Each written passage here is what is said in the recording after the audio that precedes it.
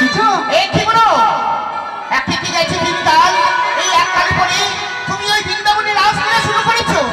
পার্বতী, ওগো কি হয়েছে তোমার গো?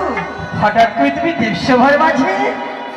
কেন বলো ওই শ্মশানে মশানে থাকো বলে ভাঙ ধুতরা খাও আরে নটি নিয়ে ঘর করতে চাও। পার্বতী, সংসারে বসে থাকি ভাঙত্র খাই, তাই বলে রুটি নিয়ে ঘর করা মোর সময়? কি বলতে চাইছো তুমি? তাহলে বলতে চাও